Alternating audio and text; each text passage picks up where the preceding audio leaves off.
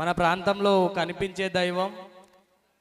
ఇక్కడ రైతులు ఎవరైనా ప్రకృతి వ్యవసాయం చేసుకుంటే వాళ్ళకు ఎన్నో గోవులు ఉచితంగా తమ గోశాల ద్వారా అందించి అలాగే అనేక మంది అనాథ పిల్లల్ని కూడా చదివిపిస్తున్న శ్రీ శ్రీ శ్రీ సిద్ధిలింగేశ్వర స్వామి వారిని మాట్లాడవలసిందిగా మనస్ఫూర్తిగా కోరుకుంటున్నాం. ఓం శ్రీ గురు బసవలింగాయ నమః.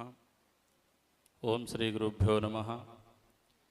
ಕಾಯದಳು ಗುರುಲಿಂಗ ಜಂಗಮ ದಾಯತವನರೇಲ್ಕೆ ಸುಲಭೋಪಾಯದಿಂದಿರಿಟ್ಟು ಬಾಯಸ್ಥಳಕ್ಕೆ ಕುರುವಾಗಿ ದಾಯದೂರಿ ಸಮಸ್ತ ಭಕ್ತನೇ ಕಾಯವನ್ನು ಪಾವನವು ಮಾಡಿದ ರಾಯ ಪೂರ್ವಾಚಾರ್ಯ ಸಂಗನ ಬಸವ ಶರಣಾರ್ಥಿ. ಹಲವು ಮಾತೇನು ನೀನೊಲಿದ ಪಾದವನಿತ್ತ ನೆಲವೇ ಸುಕ್ಷೇತ್ರ జలవే పావన తీర్థ సులభ శ్రీ గురువే కృపయాగు. ఈరోజు బీటీఎం సేవా ఫౌండేషన్ 3వ వార్షికోత్సవ మరియు ప్రతిభా పురస్కార కార్యక్రమంలో ముఖ్య అతిథులుగా పాల్గొన్న సుభిక్ష అగ్రి ఫౌండేషన్ వ్యవస్థాపకులు నరేంద్ర గారికి, ప్రభుత్వ టీచర్గా ఉద్యోగం చేస్తూ రైతుల ఆత్మహత్యల పుస్తకం రచించిన పులిరాజు గారికి,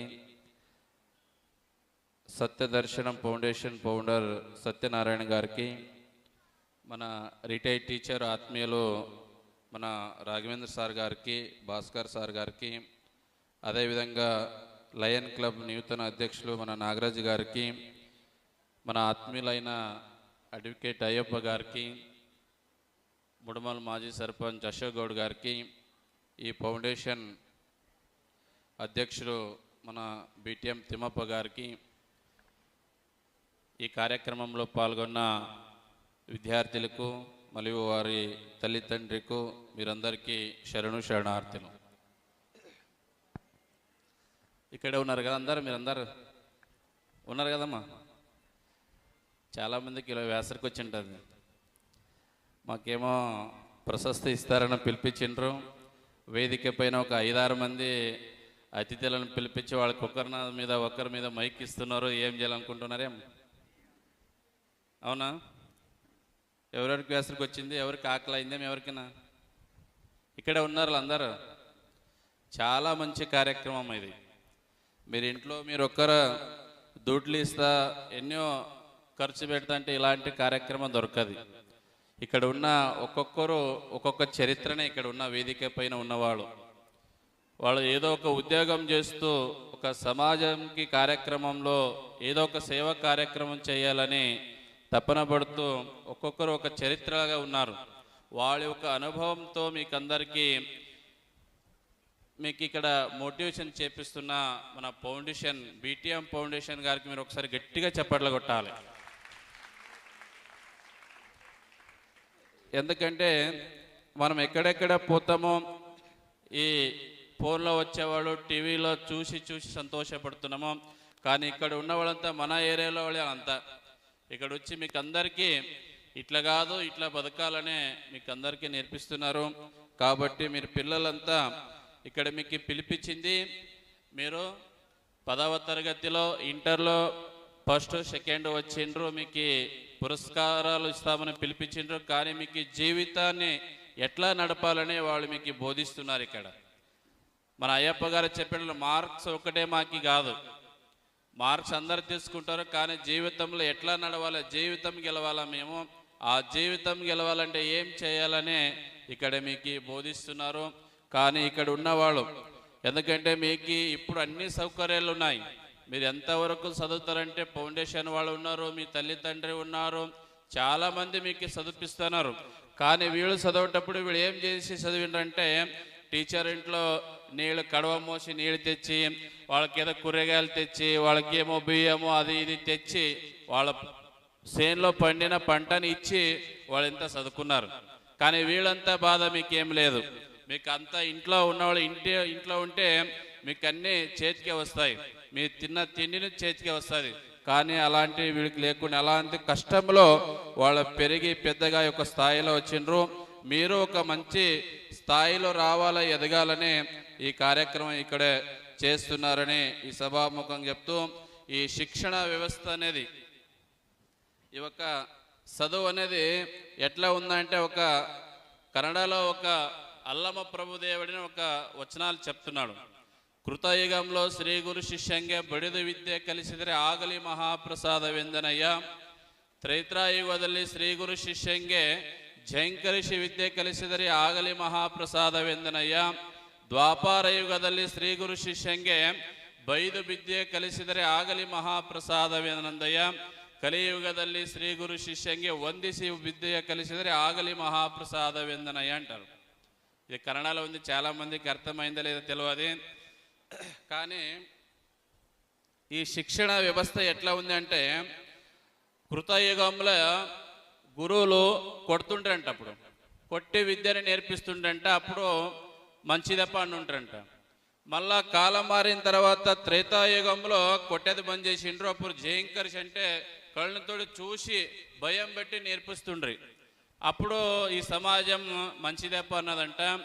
తర్వాత త్రేతాయుగದಲ್ಲಿ బైదు అంటే తిట్టి విద్య కలుస్తుండంట, చదువును చెప్తుండంట, అప్పుడు సరి మంచిది చెప్పనంట. ఇప్పుడు ఈ కలియుగంలో ఎట్లా ఉంది అంటే, ఈ గురువులే శిష్యులకి విద్యార్థులకి నమస్కారం చేసి విద్య నేర్పిస్తుందంట ఇప్పుడు ఈ కలియుగంలో. అలాంటి ఒక కాలం వచ్చింది. దీనికి ఈ సమాజం మంచిదే అంటుందంట. ఏమి సమాజం ఏమంది ఇది మంచిది అంటుందంట. కాబట్టి అట్లా కాదు, ఏ వ్యక్తి టీచర్తో అంటే గురువులతో తిట్టించుకొని కొట్టించుకొని చదువును నేర్పించుకున్నాడో వాళ్ళు మంచిగా ఉన్నాడు. ఇప్పుడు ఈ కాలంలో మనం అందరూ ఏం చేస్తున్నారంటే గురువులకి తిడుతున్నాము. ఈ పేరెంట్స్ ఏం చేస్తున్నారంటే ఏమైనా పిల్లలకి గురువులు తిడితే వాళ్ళ ఇంటికి పోయి గురువుల్ని కొట్టి వచ్చే ఒక కాలంలో మనం అందరూ ఉన్నాం. అట్లా కాకూడదు, అది మంచిది కాదని ఈ సభాముఖంగా చెప్తూ, ఇక్కడ చాలామంది మీకు అంతా మోటివేషన్ చెప్పిండ్రు. ఎందుకంటే గోల్ ఉండాలి, ఒక గురి అన్నది అట్లా అందరికీ ఉండాలి, ఏం చేయాలి అన్నది. ఇప్పుడు మేము స్వామీజీలు అయినాం, మా దాంట్లో మాకు గురుకులంలో మాకు సపరేట్ గురుకులం ఉంటుంది. మనకి చెప్పేవాళ్ళు అంటే మన దాంట్లో స్వాములు, చిన్న మఠాలు ఉన్నాయి, పెద్ద మఠాలు ఉన్నాయి, జగద్గురు పీఠాలు ఉన్నాయి మా దాంట్లో, మీకు అందరికీ తెలుసు. కానీ మాకి చెప్పేవాళ్ళు ఏం చెప్తుండంటే టీచర్ గారు మాకి, నేను ఒక ఊక స్వామీజీ అయితేనే అనుకోకు, ఈ సమాజంలో నేను అయితే జగద్గురు పీఠానికే అయితేనని నేను తపన పడాలి. అప్పుడు మీరు ఏదో ఒక మఠానికి పెద్ద మఠానికి పీఠాధిపతి అయితేవో ఏదో ఒక కాషాయం వేసుకున్నావో సమాజం సేవ చేసుకుంటే పోతున్నా అనుకోకు, నేను అయితే జగద్గురు పీఠానికే అయితాయని నేను చదువుకోవాలని మాకి వాళ్ళు బోధిస్తుండ్రి. అందుకని నేను చిన్న స్వామీజీని అయితే అనుకుంటే కాదు, పెద్ద స్వామీజీ అయితే నేను జగద్గురు పీఠానికే పీఠాధిపతి అయితే అని మీరు అనుకుని చదువుకోవాలని మాకు చెప్తున్నారు. అదేవిధంగా మీరు చాలామంది ఇక్కడ ఉన్నారు, మీరు చదువుకోవాలి. ఏదో ఒక చిన్న ఉద్యోగంలో మీరు కలెక్టర్ అవ్వాలని చదువుకోవాలి. ఏదో ఒక తహసీల్దార్ అవుతానని చదువుకుంటే మీరు ప్యూన్ అవుతారు. తహసీల్దార్ అయితే చదువుకుంటే ప్యూన్ అవుతారు. కలెక్టర్ అవ్వాలని చదువుకుంటే మీరు తహసీల్దార్ అవుతారు. కాబట్టి ఒక పెద్ద ఆలోచన ఉండాలి. పెద్ద ఆలోచన ఉంటే మీకు చదువు అట్లా అవుతుందని ఈ సభాముఖం చెప్తూ, మీరు 10th ఉన్నారు, ఇంట్లో ఉన్నారు, ఈ వయస్సు చాలా డేంజర్ వయస్సు. ఇది మీరందరూ ఆలోచన చేయాలి. అయ్యప్ప మీకు చెప్పిండ్రు తల్లి తండ్రి మాటలు వినాలని. కాబట్టి మీరు మా గురుగా ఒక విజ్ఞప్తి చేసిన పిల్లలకంతే మీరందరూ మంచిగా చదువుకోవాలి. ఈ ప్రేమ మాయములో పడకండి. మీరందరూ చాలా డేంజరస్ ఇదంతా. ఈ వయస్సు అట్లా ఉంటుంది, మేము చెప్పకూడదు, గురువుగా చెప్పకూడదు, కానీ చెప్ప పరిస్థితి ఉంటుంది. ఎందుకంటే మా మఠంకి రోజు వచ్చే భక్తుల ఒక 50% భక్తుల ఒక బాధ ఇదే ఉంటుంది. అట్లా అయింది తాత, ఇట్లా అయింది తాత, మా పిల్లలు అట్లా అయిండ్రు, ఇట్లా అయిండ్రని. ఇలాంటి మంచి గురువుల ఒక చాలా మంచిగా మాటలు విని మీరు ఇలాంటి ఈ ఒక మాయంలో పడకండి. మంచిగా చదువుకోండి, మంచిగా ఉండండి. ఇక్కడ ఏమైనా మీరు అది ఇది చేసుకుంటూ పోతే మీ జీవితం పాడైపోతుంది. కాబట్టి ఇలాంటి దాంట్లో మీరు పడకుండా మంచిగా చదువుకోవాలి. మంచిగా మా తల్లి తండ్రిని పేరుని మనం అందరూ నిలబెట్టుకోవాలి. ఎంత కష్టమైనా ఏమైనా మా తల్లి తండ్రి వారి ఒక పేరును మనం అందరూ నిలబడితే మాకు నిలబెడితే మా తల్లి తండ్రికి అదే సంతోషమని ఈ సభాముఖంగా చెప్తూ, మీరందరికీ ఎంత సాధ్యమైతేనే మీరెంత పెద్ద ఆఫీసర్ అయినా ఏమైనా మంచి గుణాలు ఉండాలి. ఒక సోషల్ వర్క్ చేయడానికి, సామాజిక కార్యక్రమం చేయడానికి మీరందరూ ముందుండాలి. ఇప్పుడు మన BTM తిమ్మప్ప గారు ఉన్నారు. ఆయన ఎంత చిన్న వయసు నుంచి కష్టాల్లో పెరిగిండో, కష్టాలు వచ్చిండో, ఆయనకి ఎన్నో రకమైన కష్టాల నుంచి వచ్చి ఒక స్థాయికి వచ్చిండు ఆయన. ఎందుకంటే ఆయన ఈ స్థాయికి వచ్చి ఏదో ఒక కార్యక్రమం చేయాలి. మీలాంటి పెద్ద చదువు చదువుకోలేదు, కానీ ఏదో ఒక మంచి కార్యక్రమం సమాజానికి చేయాలని ఆయనకి కాలు లేదు. మాకందరికి కాళ్ళు మంచిగా ఉన్నాయి, చెయ్యి ఉన్నాయి, అన్నీ ఉన్నాయి. కానీ ఆయన హ్యాండిక్యాప్టర్ ఉండి ఏదో ఒక చేయాలని తపన ఉన్నాడు. శివమాల కార్యక్రమం చేస్తుంటాడు, శివ కార్యక్రమంలో ఉంటాడు. ఇలాంటి సామాజిక కార్యక్రమం ఆయన చేస్తుంటాడు. అలాంటి తిమ్మప్ప గారి వెనుక వాళ్ళొక టీం ఉంది, బీటీఎం ఫౌండేషన్ టీం. చాలా మంది ఉన్నారు, దాదాపు ఒక 20 మంది పిల్లలు చాలా మంచిగా ఆయనకి సపోర్ట్ ఇస్తున్నారు. ఎందుకంటే చాలా ఫౌండేషన్ పుట్టినాయి, చాలా ఫౌండేషన్ పోయినాయి. కానీ ఇలాంటి ఫౌండేషన్కి వాళ్ళంతా టీం వాళ్ళు ఉన్నారు కదా, అందరూ యూత్ ఉండి ఈ టీంని నడిపిస్తున్నారు.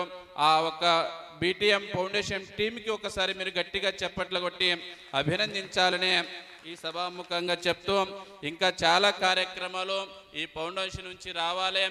ఈ సమాజముఖి కార్యక్రమం కానీ, ఈ చదువుకుంచిన కార్యక్రమం కానీ, ఇక్కడ చాలామంది అగ్రి అంటే రైతుల గురించి చెప్పడానికి చాలామంది వచ్చారు, కానీ వాళ్ళకి సమయం దొరకలేదు.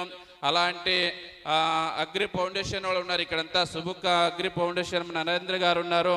మా మఠానికి ఒక 6 మంది పిల్లలను పంపించిండ్రు వాళ్ళు.